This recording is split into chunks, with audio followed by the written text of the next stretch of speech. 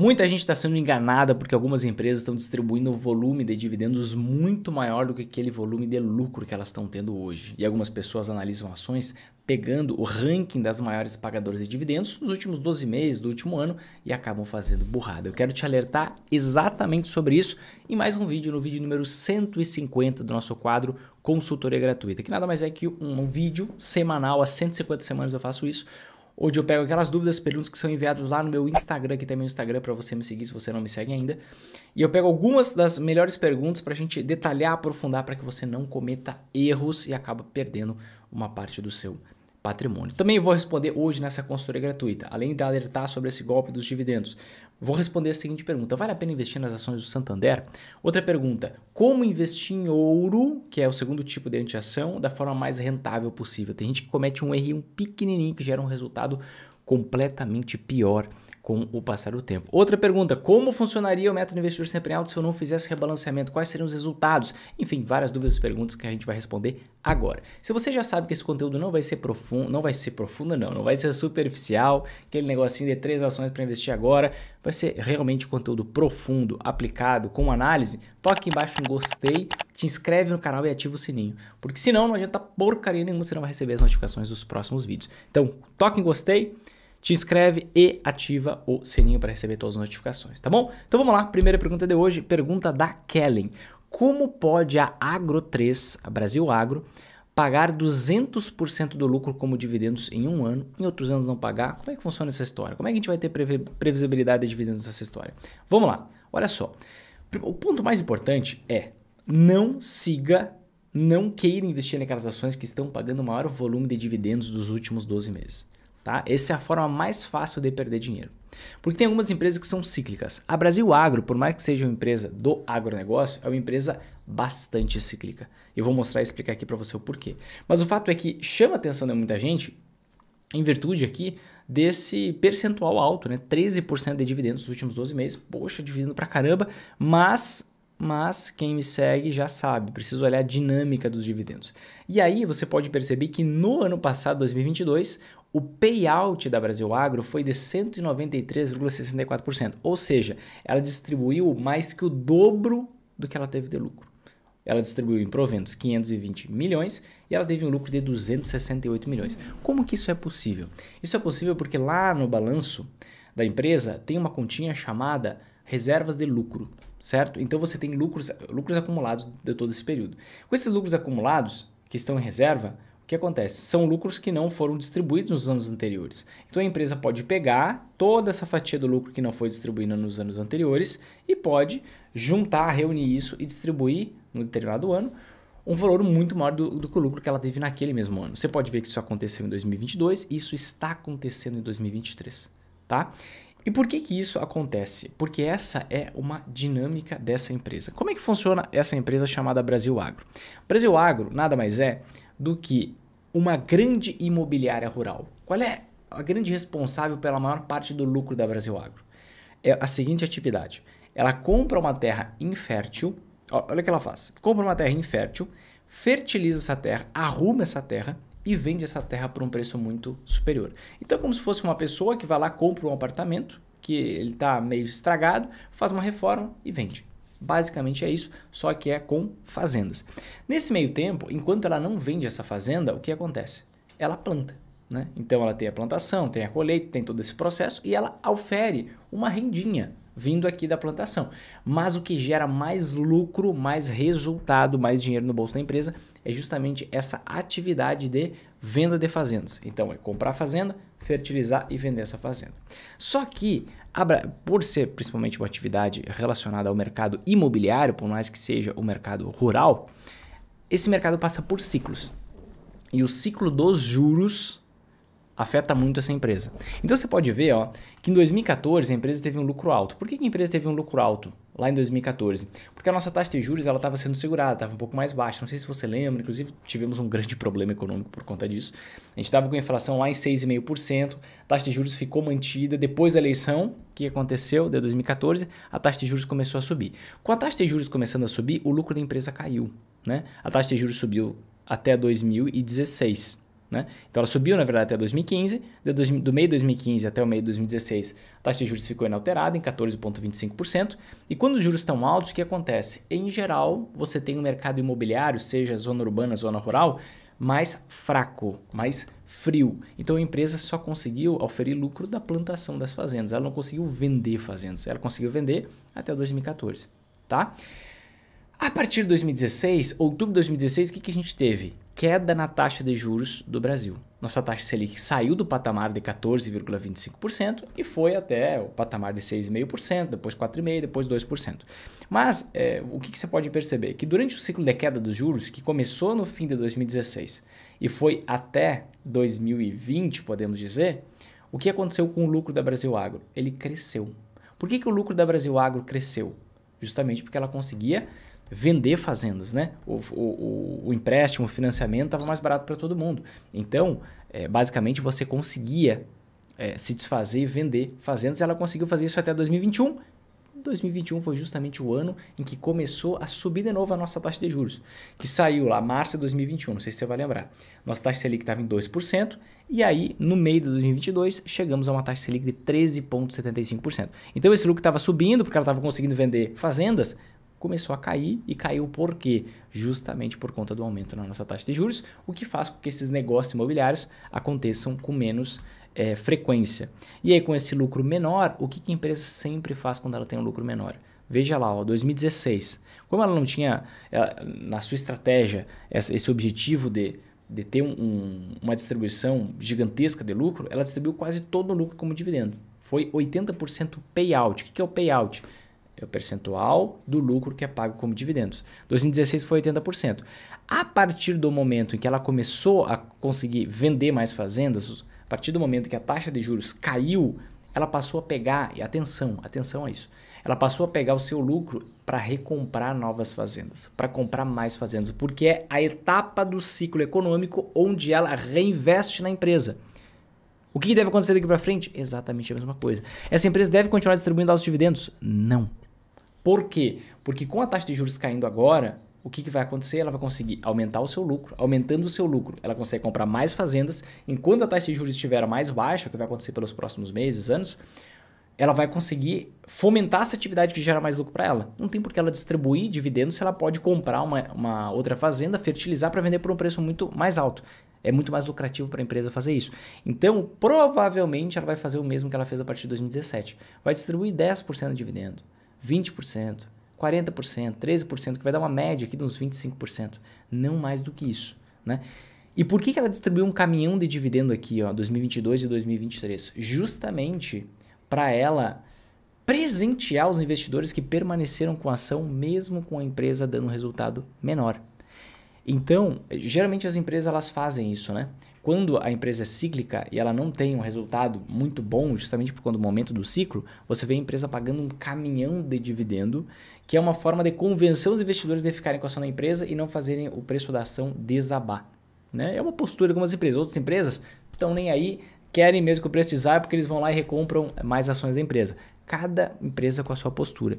Mas essa distribuição de dividendo adicional é justamente para controlar, uma tentativa, né? Isso não é uma relação direta, mas uma tentativa de controlar o preço da ação em um patamar mais alto para não desagradar os acionistas. Poxa, meu patrimônio desvalorizou e tudo mais. Então eles convencem os investidores a ficarem, a não desistirem da ação, a não venderem, porque é isso que faz o preço cair, distribuindo um alto volume de dividendos, mas presta atenção no que eu te falei, tá? Com taxa de juros caindo, o lucro da empresa deve subir e ela deve focar na sua atividade de fim. Deve focar em comprar mais fazendas, fertilizar, vender essas fazendas e assim por diante. Quando que ela deve voltar a distribuir dividendos super elevados? Isso deve acontecer quando começar a subir a taxa de juros de novo, que foi exatamente o que aconteceu aqui em 2021. Quando começou a alta da taxa de juros, o mercado já sabe que isso vai acontecer com a Brasil Agro e ela vai lá e distribui bastante dividendo e distribuiu muito mais em 2022, porque o mercado estava bem mais fraco, tá bom? Então é por conta disso que existe essa discrepância muito grande. Algumas empresas são mais previsíveis no pagamento de dividendos, outras são pouquíssimo previsíveis. Brasil Agro é uma dessas empresas, tá? E vamos partir para a nossa segunda pergunta de hoje. A segunda pergunta de hoje vem do Cristiano. Vale a pena investir nas ações do Santander? Vamos dar uma olhada aqui nas ações do Santander. E antes de eu fazer a análise das ações do Banco Santander, eu quero saber de você. Hoje, você tem ações do Banco Santander? Sim ou não? Coloque embaixo, tenho ou não tenho, que eu quero saber quantos de vocês investem nessa ação, que é bem popular por aí. E vamos ver se vale a pena investir ou não. Olha só, a gente olhando os indicadores aqui, a gente vê um primeiro indicador, Dividend Yield, né? O volume de dividendo pago em relação ao preço atual, o volume de dividendo pago nos últimos 12 meses em relação ao preço atual, 5,39%. Então, geralmente quem investe em Santander tem esse foco, né?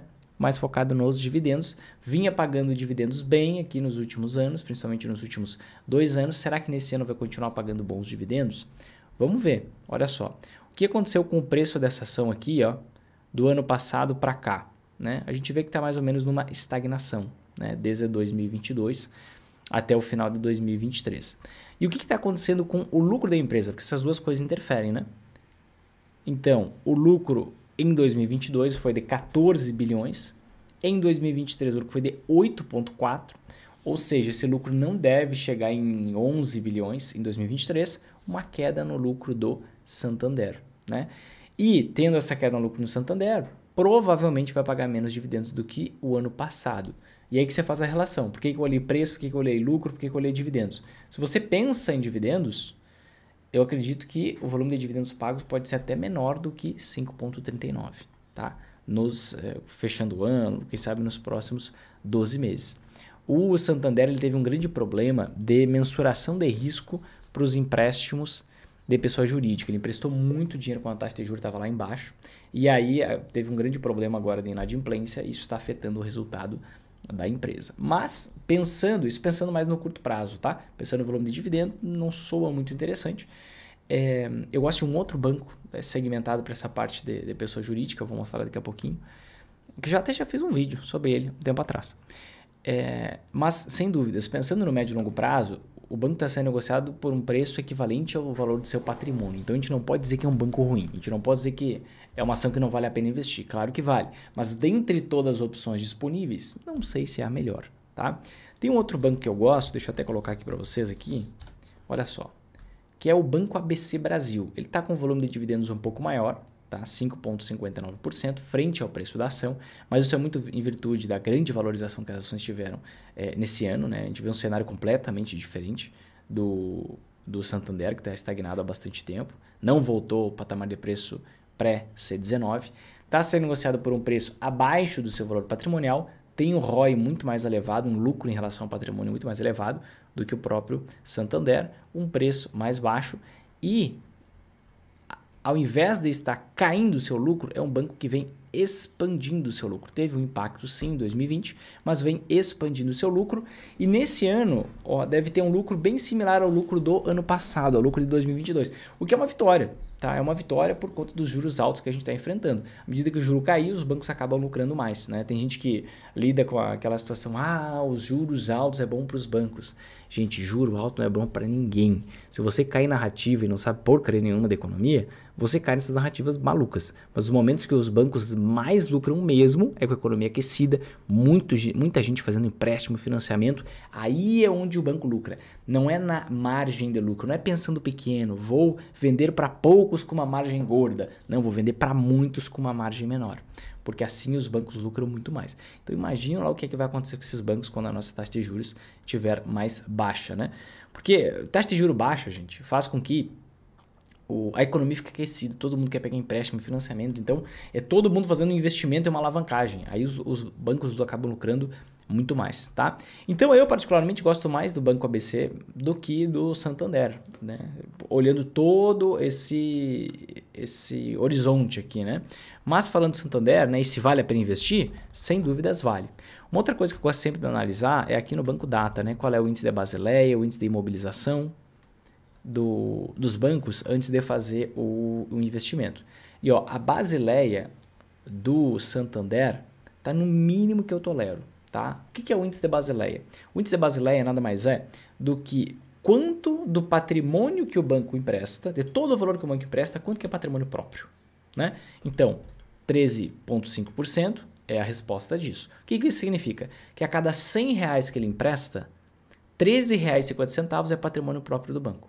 Os outros, R$ 86,50, se eu não estou errando minha conta de cabeça aqui, é patrimônio de terceiros, de investidores que investiram no CDB, LCI, LCA e assim por diante.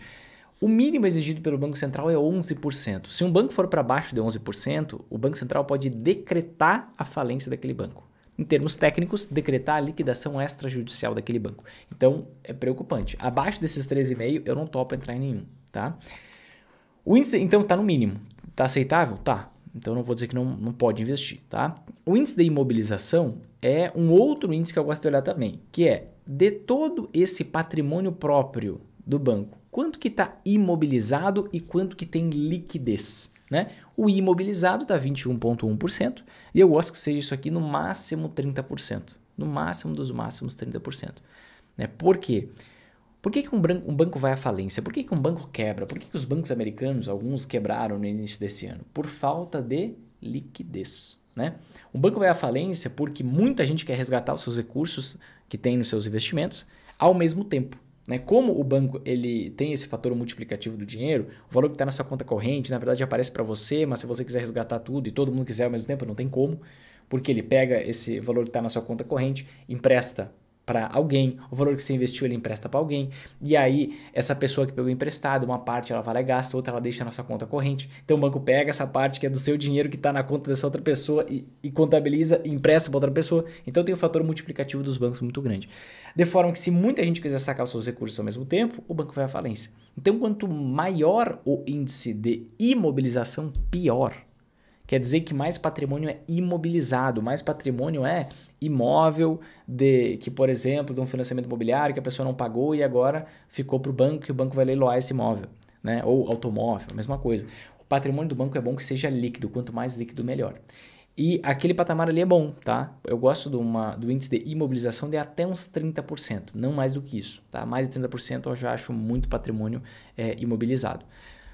Ali está em 21,1, então tô ok. Então, conclusão disso aqui, né? Vale a pena investir nas ações do Santander? Vale.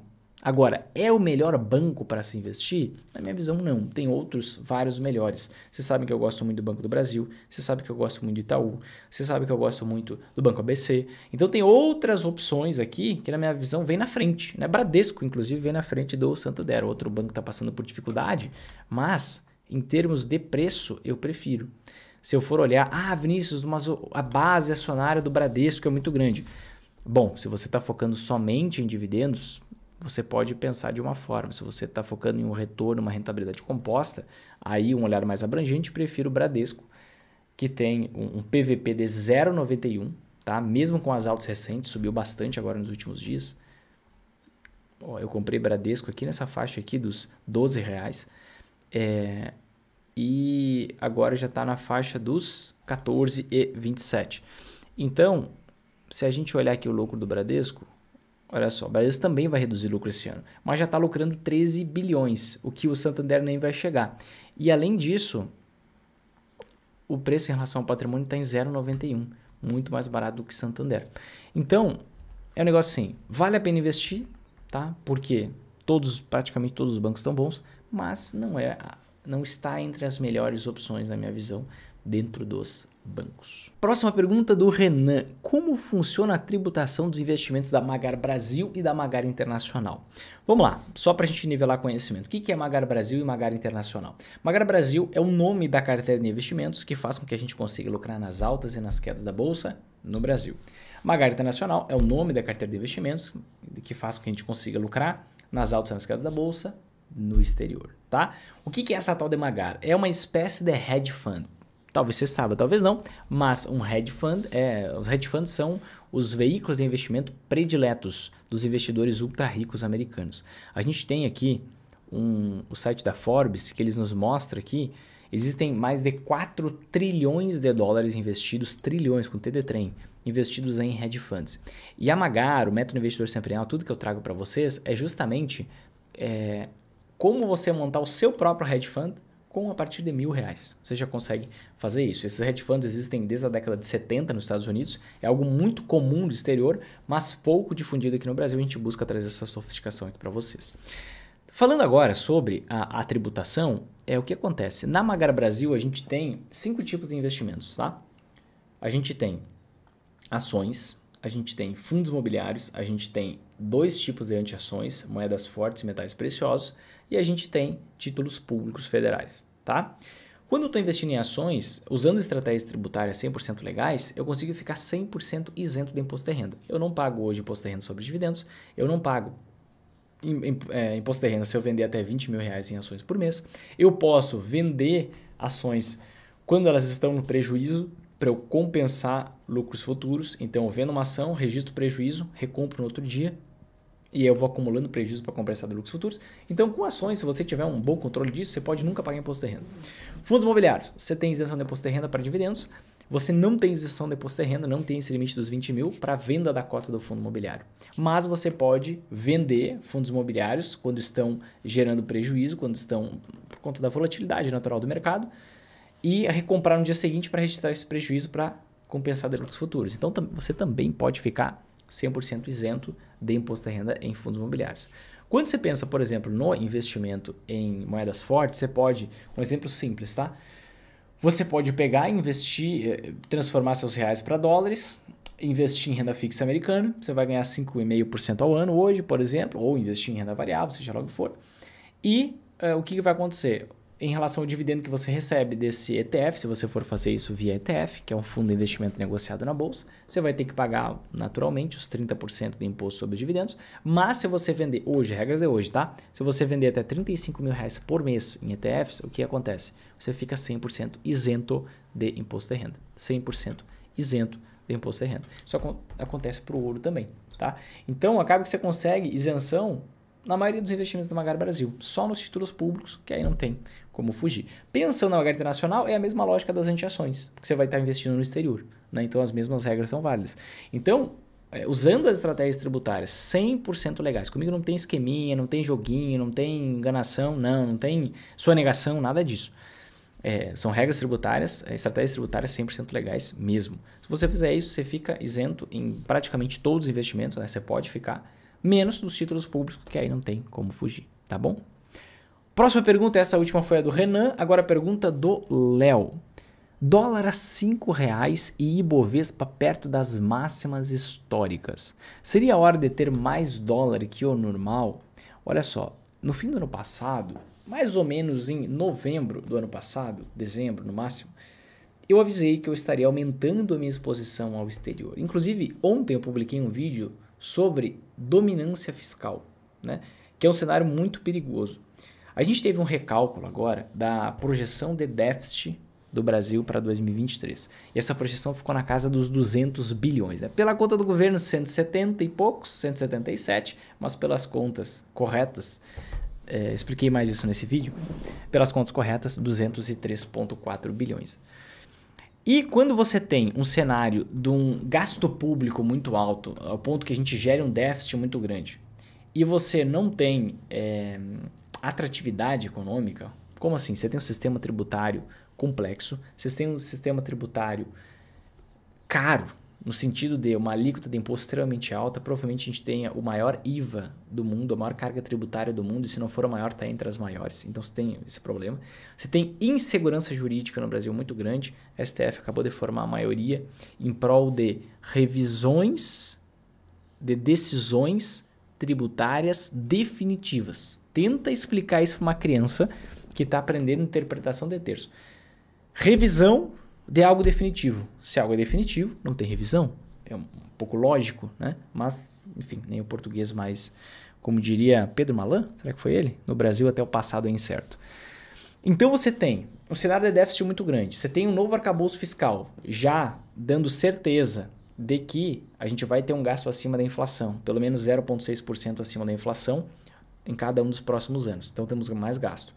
Estamos tributando mais, estamos tentando aumentar a arrecadação e ela está caindo, não está dando certo, o déficit está crescendo. Ao mesmo tempo você tem um sistema tributário que talvez fique um pouco menos complexo com essa reforma tributária, mas vai continuar imposto muito alto, não adianta muita coisa, né? Inclusive sou crítico da reforma tributária, desde sempre, do arcabouço fiscal também, porque eles não ajudam o país, né? Na verdade, a reforma tributária vai ser boa porque vai mostrar para a gente o quanto a gente efetivamente paga de imposto. Isso no longo prazo vai ser bom, mas no curto prazo não muda muita coisa, né? Inclusive, vamos afetar os setores que geram mais empregos na nossa economia. Mas isso aqui é outra história. Então, a gente tem um cenário conturbado aqui. E a gente está com o Ibovespa nas máximas históricas por quê? Porque a nossa taxa de juros está caindo. Né? E vai cair muito mais. E as ações, na minha avaliação, acredito que elas vão valorizar ainda mais. Tá? Só que, daqui a pouco, esse é o meu cenário base para curto prazo. Para médio e longo prazo, eu não consigo ver uma saída de crescimento econômico para o Brasil. Investimento direto está caindo. Estrangeiro não está colocando dinheiro aqui, não está aumentando o volume de aportes aqui. Né? Você tem simplesmente um movimento especulativo de curto prazo em virtude da taxa de juros menor, que vai gerar mais lucro para as empresas, vai fazer as empresas distribuírem mais dividendos, mas é um movimento que passa, que dá e passa. Com déficit alto, certeza de mais gasto, arrecadação cada vez menor, muito imposto, insegurança jurídica, como é que você vai atrair capital? Não atrai capital, é por isso que diminuiu 40% o investimento direto no Brasil. Ou seja, o ingresso de dólares no Brasil para ser investido na economia real, na construção de empresas, fábricas, geração de emprego, aplicação da tecnologia aos negócios, aumento da produção e da produtividade do país. Então, por que isso é importante, né? Falando em dólar, R$5 e Ibovespa nas máximas históricas, para vocês nunca esquecerem o princípio do método investidor sempre em alta. Tá? Que é o quê? O que está valorizando, você não fica comprando mais. Você vai vender talvez uma parte e você vai focar em investir naquilo que está mais barato, em promoção. A lógica do investimento é você ser do contra. Não é você comprar o que está subindo, é você comprar o que está caindo. Por quê? A economia é cíclica. Hoje estamos entrando no momento do bull market de alta na bolsa, ou seja, do movimento de uma grande alta na bolsa. Daqui a pouco a gente vai entrar no momento nas ações, né?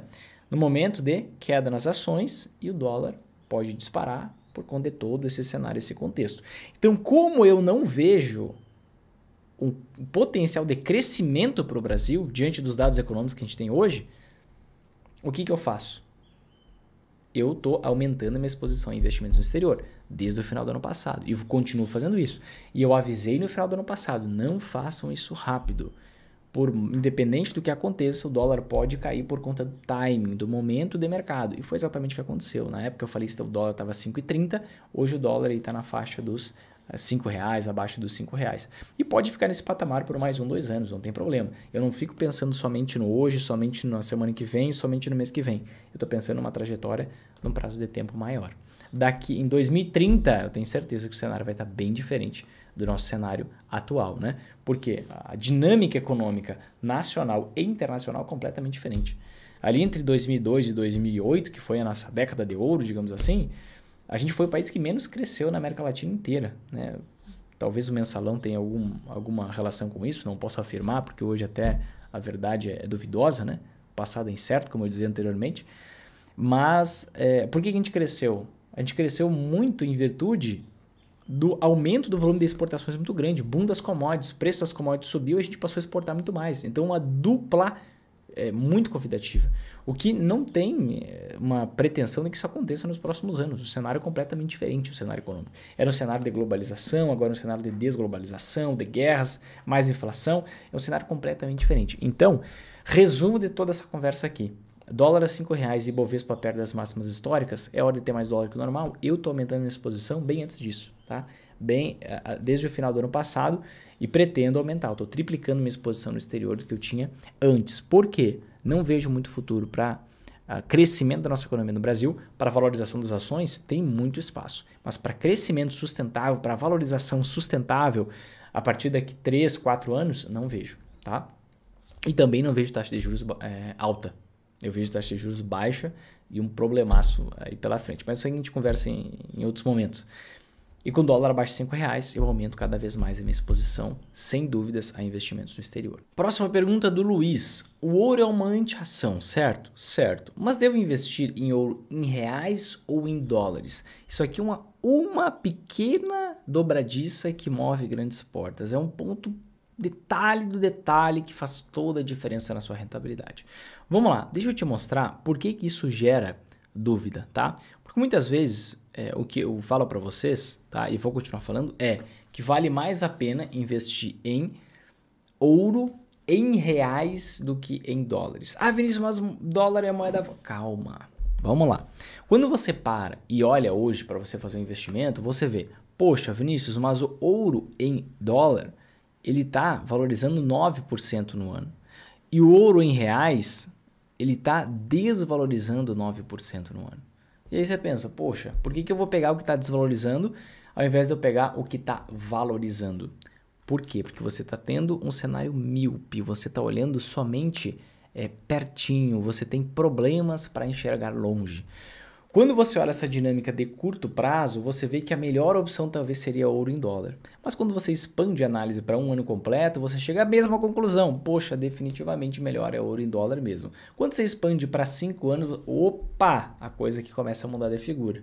O ouro em reais valoriza 87%, enquanto o ouro em dólar valoriza 63,5%. E quando nós expandimos para o prazo máximo possível, isso fica ainda mais evidente, né? Vamos pegar aqui, ó, desde o plano real 94, olha a diferença. Ouro em reais valorizando 2.109%, enquanto o ouro em dólar valorizando 424%. E por que isso acontece, né? Porque basicamente a gente está falando aqui, quando eu falo de ouro em dólar, é simplesmente a variação do preço do ouro com o passar do tempo. Tá? Então é isso, é a variação do preço do ouro com o passar do tempo, cotado em dólar. Então, a onça do ouro, que é a unidade de medida do ouro, né? A onça do ouro está, por exemplo, $2.000. A onça do ouro está $1.500, está $1.000, assim por diante. Tá? Quando eu tenho ouro em real, o que eu faço? Eu estou contabilizando tanto a valorização ou desvalorização do ouro em dólares, quanto a oscilação do dólar em relação ao real. E para que a gente investe em ouro? Justamente para se proteger das grandes crises internacionais.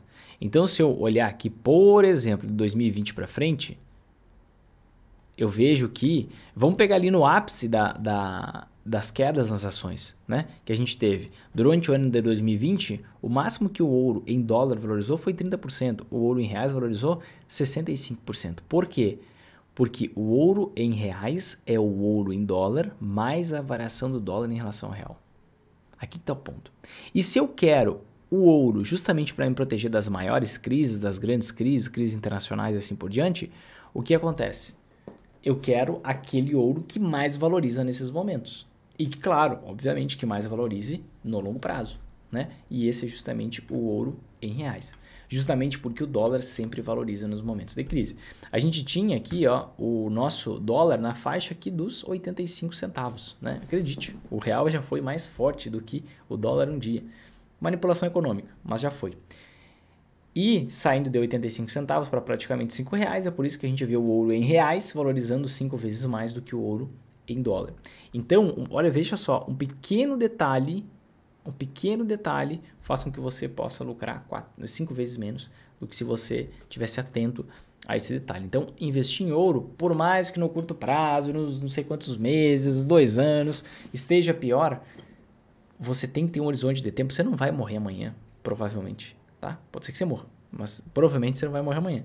Então você tem que pensar com o horizonte de tempo um pouco mais dilatado e buscar aquele ouro justamente que é o que mais vai se valorizar quando você quer que ele se valorize, que é no momento de crise, que é justamente para ter aquela valorização, para você aí sim pegar e vender uma parte desse ouro com lucro, com 60% de lucro, não com 30% só, como eu te mostrei em 2020, para você comprar muito mais ações a preços baixíssimos, pagando muito mais dividendos, justamente porque os preços estão esmagados, tá? Então sempre ouro em reais e nunca ouro em dólar, porque o ouro em reais valoriza muito mais do que o ouro em dólar por contabilizar a cotação do dólar em relação ao real, tá? Talvez ficou um pouco complicado, volta o vídeo, tá? Para você assistir esse trecho de novo, mas é importante você entender essa diferença, tá?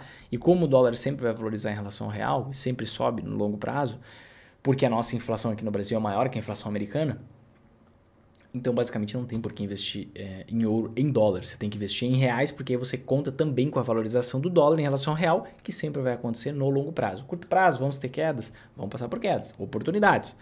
Mas, no longo prazo, você vê que o dólar sempre sobe em relação ao real, e é por conta disso. Diferencial da inflação. Os preços aqui sobem muito mais dos produtos que a gente compra, né? Muito mais do que no exterior. E se sobe muito mais no exterior, a gente precisa de mais reais para comprar a mesma quantidade que menos dólares compram, ou seja, o dólar acaba se fortalecendo muito mais com o passar do tempo.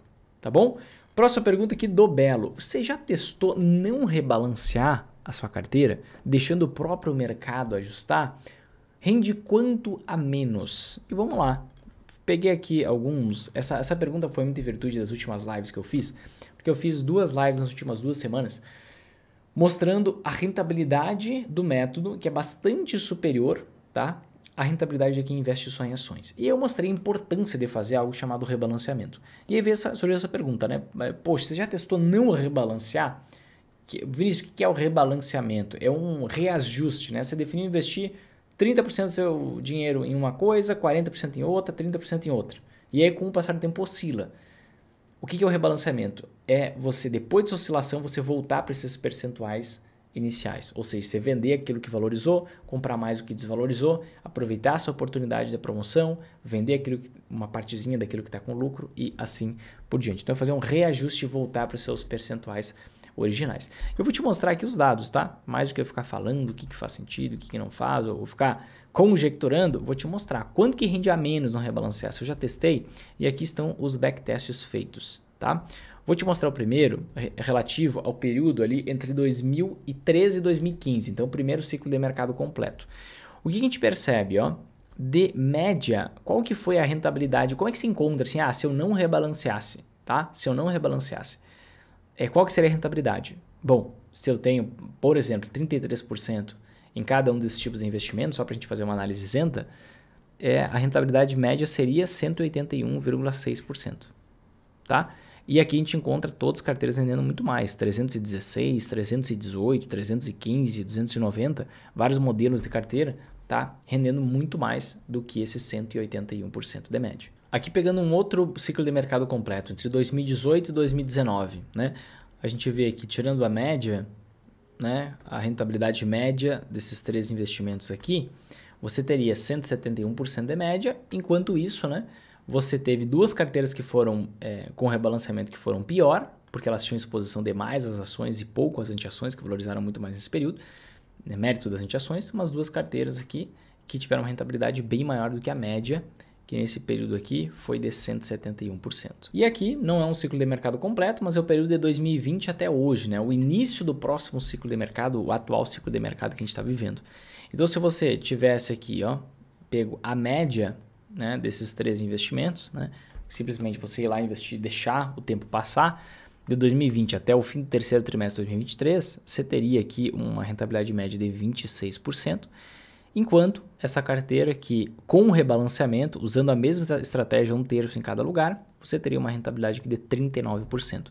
Então sim, gente, rebalanceamento é uma das coisas mais básicas, principalmente para os grandes investidores, e é algo que em qualquer canto do planeta, em qualquer local, sempre exponencializa a rentabilidade, porque rebalanceamento nada mais é do que a arte de você vender um pouco daquilo que está caro e comprar um pouco daquilo que está barato. Então você vende e compra em alguns momentos, justamente nos momentos mais atrativos, né? Você faz a venda no momento mais atrativo, você faz a compra no momento mais atrativo e com isso você expande a sua rentabilidade, tá bom? Se você não pegou bem essa parte de rebalanceamento, não entende bem o que são antiações, como dosar isso, como efetivamente lucrar nas altas nas quedas da bolsa, para que você consiga crescer sua renda passiva mais rápido, para que você consiga multiplicar o seu patrimônio com consistência e previsibilidade, tenho um convite para te fazer. Nos próximos dias agora, eu vou promover um evento online, gratuito, sem enrolação, diferente de tudo que você já participou na sua vida, tá? Diferente mesmo. Sem enrolação, onde eu vou te mostrar o passo a passo exatamente para você lucrar nas altas nas casas da bolsa. Você pode aplicar isso no Brasil, no exterior, para você crescer sua renda passiva mais rápido, multiplicar o seu patrimônio com consistência e com previsibilidade. Quem participar desse evento já vai sair com uma estrutura inicial pronta de investimento para você já começar a ter resultado ainda em 2023. Você não vai fazer como a maioria das pessoas, não, 2024 a minha meta vai ser tal coisa. Aí chega o fim do ano de 2024 você não fez ainda. Você vai se preparar agora, você vai se comprometer agora para você entrar já em 2024, já lucrando, já com resultados ainda em 2023. Esse evento é para os comprometidos, não é para enrolão, é para os comprometidos. Se você quer se comprometer, aprender agora e começar efetivamente a lucrar nas ações casas da bolsa, esse convite é para você, tá? O que você tem que fazer? O link está aqui embaixo na descrição, toca nesse link, insere seu e-mail, entra no grupo VIP no WhatsApp, entrando no grupo VIP, fica neste grupo VIP no WhatsApp, porque a gente vai mandar todos os materiais por lá e inclusive vamos começar uma série de lives agora com muito conteúdo prático para que você já consiga começar a lucrar nas altas quedas da bolsa, tá? Mas a gente vai mandar tudo somente pelo grupo VIP no WhatsApp. Combinado, meus queridos? É isso então. Se você gostou do vídeo, toca aqui embaixo em gostei, compartilha com seus amigos, te inscreve no canal, ativa o sininho e eu te vejo no nosso grande evento. Um abraço e até mais.